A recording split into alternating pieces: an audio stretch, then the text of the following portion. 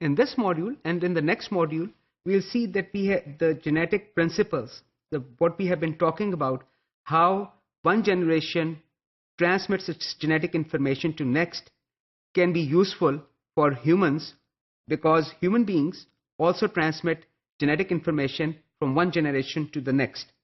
So first of all, I would like to tell you that we cannot, in order to determine genotype of a person, we cannot do test cross. That will be highly unethical and illegal. So the way we get information is we build the pedigree. We start from the patient or the person we want to investigate. We investigate the relatives of that, relevant relatives of that particular person, and then we build the family tree or the pedigree. There are specific symbols we use for making a pedigree. They are displayed on the screen. I'll point out some special ones. Male is a square, female is a circle, undesignated sex is a diamond shape. More importantly, this is how you write siblings. And consanguineous marriage, which is marriage between two related individuals, is with the 2 bars, and marriage between unrelated, not closely related individuals is with a single bar. These are the more important ones. There are of course other displayed too.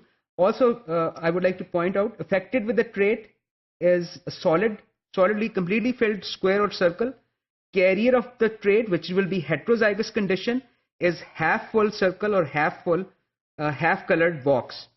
Carrier for X-linked trait is a circle with a dot in it.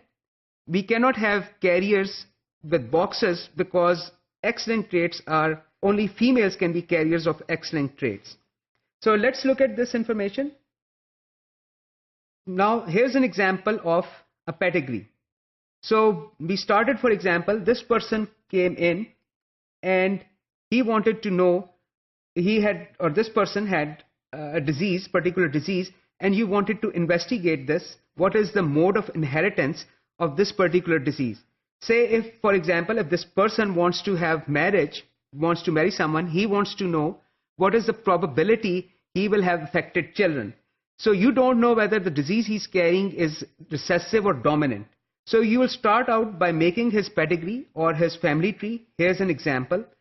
We have already talked about these symbols in our previous slide. So you make this pedigree. Now when you look at this, you can immediately tell it is an autosomal dominant condition. Okay, how can we do that? We need to understand features of autosomal dominant disorders. We will go to that next. Here, also please note, when you are making a pedigree, the oldest offspring comes first, then the second oldest, third oldest, and the youngest is in the last. So this is how you make a pedigree. Now let's look at first the features of autosomal dominant disorders, then we look at the autosomal recessive disorders, and then X-linked disorders. So when we make a pedigree, the whole purpose of this exercise is, so when we make a pedigree, if we want to investigate a disease, whether it is dominant or recessive, a human disease, we should be able to do that. So here are the features of autosomal dominant disorders, major features. This kind of disease, autosomal dominant disease, can also be manifested, or it can appear in heterozygous state. At least one parent of an index case is affected. I will show you the previous slide. Here is our previous slide. At least you can see one parent is affected, and both males and females can transmit the condition. I showed you that in the previous slide. You can look at it there at your leisure. When an infected person marries an unaffected child, the probability of having child having that disease is at the minimum 1 in 2, 50% chance, 1 chance in 2. Reduced penetrance. Some autosomal disorders, people have the disease gene which is causing disease, but gene does not manifest its condition. It's a rare phenomenon, not very clearly understood, but one of the examples is BRCA. It is type of breast cancer. Variable expressivity. I'll show you a graphic example of this too. In autosomal dominant disorders, certain diseases, although an individual has a gene for that particular disease, however, the symptoms could be very mild. Other person who has the same gene for same mutation, in another case, talking about two people, they have the same genotype, they have same type of genes. One is showing mild symptoms, other is showing very drastic symptoms.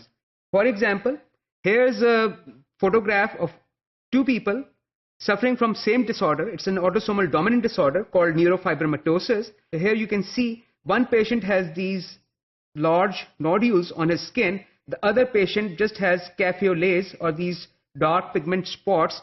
Café au lait is French for coffee with chocolate. So there's a big difference between the phenotype of these two individuals, although they may have the same mutation or same gene.